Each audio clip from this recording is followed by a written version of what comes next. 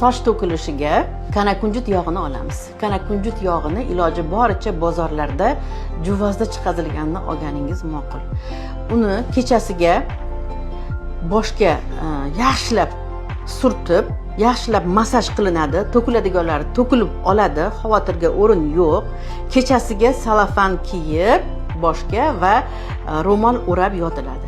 Ertalab xohlagan shampuningizga yuvasiz. Haftada bir marta mana shu narsani takrorlaysiz.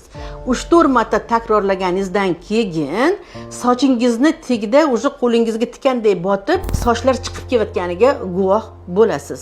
Mana shu usuldan hech bo'lmasam 3 oy, 4 oyda 3-4 marta, 1 oyda, ya'ni 3-4 marta qo'llanilib turilsa, batamom soch to'kilishidan qutulib, sochlaringiz qalin, chiroyli bo'ladi. Yana buni ikkinchi usuli zaytun ham xuddi shuni kuchini beradi.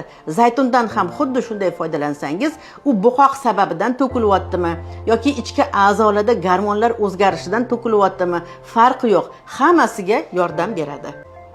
Agar sizda qon kasalliklari, sirroz, jigar, taloq, ichki a'zolar muammolari bo'lsa, vohma, vasvas, nevroz, qon quyuqligi, pilonefrit, disbakterioz kasalliklari bezovta qilayotgan bo'lsa, pastdagi raqamlarning Telegram'idan analiz diagnozlaringizni jo'natsangiz, biz sizga tabiiy usulda davolanishga yordam beramiz.